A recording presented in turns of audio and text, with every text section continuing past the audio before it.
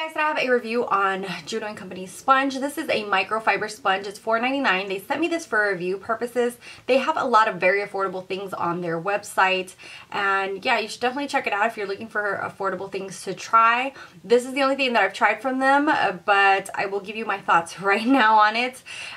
This is not anything like the Beauty Blender. I'm going to be showing a demo so you guys can see the difference between applying with the Beauty Blender. I have one side done with the Beauty Blender, and then I have the other that I'm going to be showing you guys using this.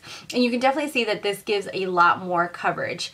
What they say about this microfiber sponge is that you waste less product, it soaks up less of the product, and it gives you more of an even application.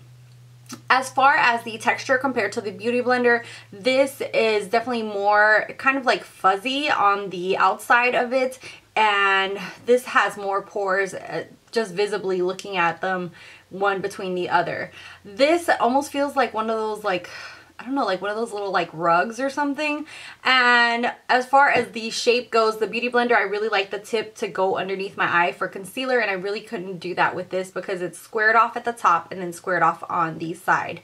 I do like the fact that once it has a squared off side, you can actually like really press in your foundation, even though I really tend to use more of the egg shape for applying my foundation. So it just depends on your preference as far as that goes. As far as like for concealer, I really did not like this because, like I said, I like more of the tip like the Beauty Blender has. And some people would really like this sharp sides as far as baking goes as well. So overall, I have to say, I do like that this gives a heavier foundation coverage, but all the time you don't always want that because sometimes you just want more of a natural feel, and sometimes this can go a little bit excessive applying foundation because it gives more coverage using it. So it would depend if you're someone who wants more or less coverage. That is something that I liked about the Beauty Blender from the get-go and has always been one of my favorites, is that because it's nice and damp and just because of the texture, you kind of get more of a, I don't know, more of a natural kind of finish with it. Even with like heavier foundations, they don't go on as thick. And this is more for someone who really likes that full coverage because this is gonna really not absorb as much foundation and really give you a thicker coverage as far as foundation goes. And for baking, I did like it. I'm not really that big on baking anymore because I hardly sleep and I have a lot of texture underneath my eyes, so I haven't been baking as much, but I did try baking with this, and I do feel like it applies powder really nicely underneath the eye because of this flat side. Overall, I think this is a nice foundation for a nice sponge for $5.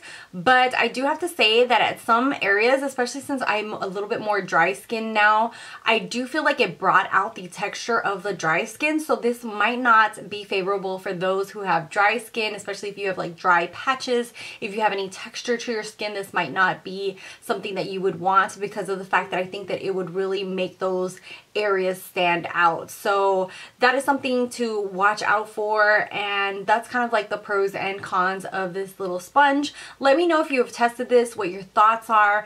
I don't think that this is something that I am going to purchase on my own just because, like I said, I have more dry skin and I really feel like it actually brought out the texture even more. So I really do prefer the Beauty Blender, but I do like the concept of it giving a more fuller coverage and also wasting less product. So I would love to hear your thoughts. If you have tried this, what kind of skin type do you have? Especially if you have oily skin, I'd love to hear how it worked for you. Maybe it worked a little bit better.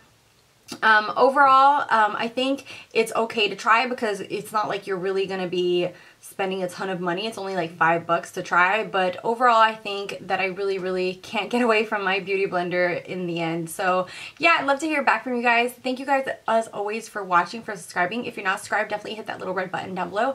Love you guys, and until next time. Bye guys.